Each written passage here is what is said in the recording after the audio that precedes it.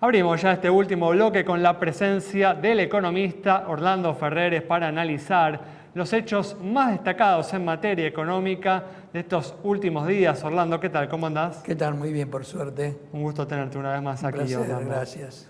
Bueno, estos días el gobierno presentó el presupuesto nacional que se está debatiendo en el Congreso.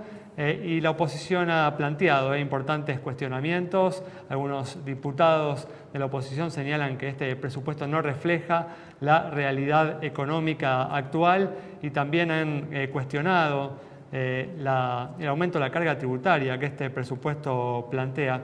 ¿Cuál es tu opinión sobre este proyecto? Es que es un poco viejo, fue presentado en septiembre y recién ahora se quiere aprobar de golpe en muy poco tiempo. Yo creo que la oposición, si bien va a dar el quórum, no va a aprobar el proyecto porque le ve, digamos, por ejemplo, la inflación es muy baja en relación a lo probable. Sí, eso es notable, ¿no?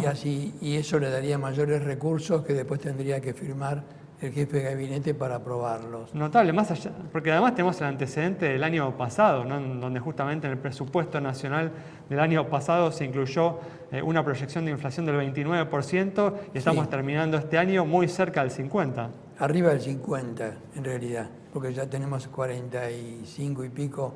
¿Porque esperás una inflación tan alta en diciembre? Y por lo menos de 4% esperamos, sí. Ajá. O sea que puede dar alrededor de 50, digamos. Por eso, así que ese es un punto importante. ¿Qué otros cuestionamientos o qué otras cosas observás del proyecto, Orlando? Bueno, falta, digamos, aclarar sobre qué pasa con el Fondo Monetario Internacional, por qué no se hace ningún pago, ni está previsto nada. Por ejemplo, es una cosa implícita, que también es rara para un presupuesto nacional, que es como una ley de leyes, evidentemente, sería otro punto, además de la inflación y las tasas de interés, que no están muy realistas tampoco. O sea, tiene fallas en lo que es la macroeconomía. Inclusive pensamos que la economía va a crecer 3% el año que viene, cuando ellos están diciendo que va a crecer por lo menos 4%. O sea, tiene muchas diferencias con lo que posiblemente sea la realidad. Bueno, el presupuesto también incluye un déficit fiscal primario del 3,3% del PBI, que luce bastante alto, más aún si lo comparamos con el esfuerzo de este año, que hubo una reducción importante respecto al 2020. Se va a terminar este año con el 3,5% del PBI. Sí.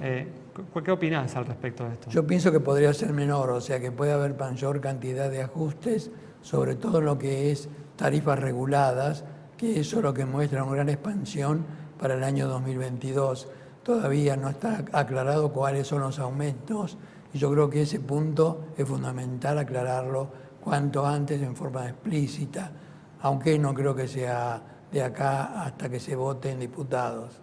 Pero ha sido, ¿no?, un problema muy importante este año la emisión monetaria para financiar justamente el déficit fiscal, con un gobierno que no tiene acceso al financiamiento y un déficit de esta magnitud que se está proyectando en el presupuesto nacional. Volveríamos a tener una emisión monetaria importante el año que viene si se mantienen estas... Y sí, por eso mismo que tenemos una inflación prevista más alta que la de este año, que digamos va a ser alrededor del 50 para el año que viene, 57 para el 2022. O sea, nos estaríamos acercando, sería el nivel más alto desde finales de la década... sí, sería lo más alto. Principio de la década del 90. Si llegara a la hiper es un número peligroso porque ya 57 es un número peligroso desde el punto de vista que hiperinflación es 50% en el mes. Claro. Pero digamos, esto sería en el año.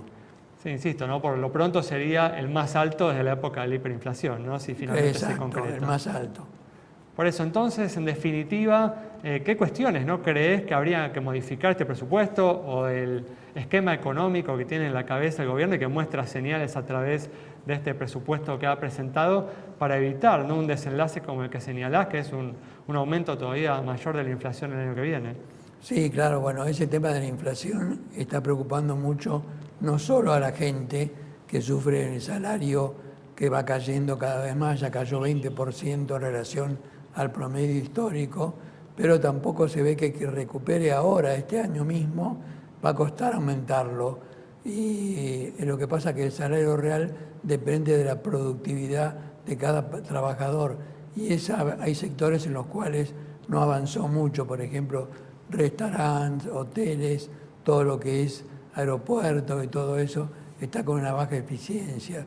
Entonces ahí falta mucho para generar todavía el nivel salarial que hace falta. Todos estamos expectantes de lo que suceda, ¿no?, con las negociaciones con el Fondo Monetario Internacional. Sí. ¿Crees que la inflación que haya el año que viene va a estar sujeta a lo que suceda finalmente con las negociaciones con el fondo? Sí, yo creo que sí, porque el fondo va a pedir que se hagan ajustes en las tarifas de electricidad y gas, que se hagan ajustes en el tipo de cambio y que se hagan ajustes también en lo que son los precios controlados. O sea, con un acuerdo con el fondo, en principio tendría mayor inflación el año que viene, plantearía Exacto, mayor inflación. mayor inflación. Pero sería parte de un ajuste mejor para el 2023. Entonces yo creo que el gobierno va a procurar aprobar ese acuerdo con el fondo, por más que le cueste un poco, porque eso le conviene para las elecciones del año siguiente, 2023.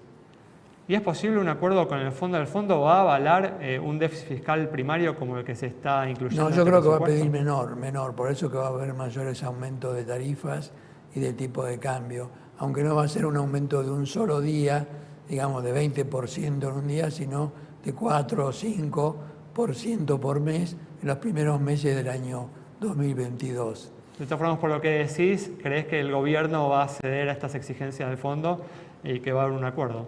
Yo creo que sí, que va a haber un acuerdo, porque peor sería imaginar que no hay acuerdo y que entramos en default con el fondo, y no solamente con el fondo, sino con el Banco Mundial, con el BID, con el Club de París y con todos los demás. O sea, es muy complicado pensar en esa segunda alternativa que sería, ¿qué hago si no cumplo con nada? Bueno, estás en un problema más serio todavía. O sea, bueno, justamente hay como algo contradictorio en lo que señalás. Si acordamos con el fondo, la inflación va a ser mayor a la de este año. Si no acordamos, ¿qué sucedería, no? Podría ser peor todavía. Todavía peor. Todavía peor. Podría ser de 65 al 70%.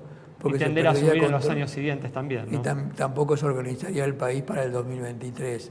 O sea, esto le conviene mucho al gobierno y por eso esperamos que aprueben un acuerdo con el fondo técnicamente y políticamente, porque eso le daría una mayor perspectiva de país interesante para muchos. Muy bien, Orlando, muchas gracias. No, gracias a ustedes. Cerramos entonces el programa de hoy con un análisis muy detallado del economista Orlando Ferreres sobre el debate del presupuesto 2022 y las implicancias que esto tiene para el futuro inmediato de la economía en este 2022 que se avecina. Y nos reencontramos el próximo viernes a las 19:30 aquí en Metro.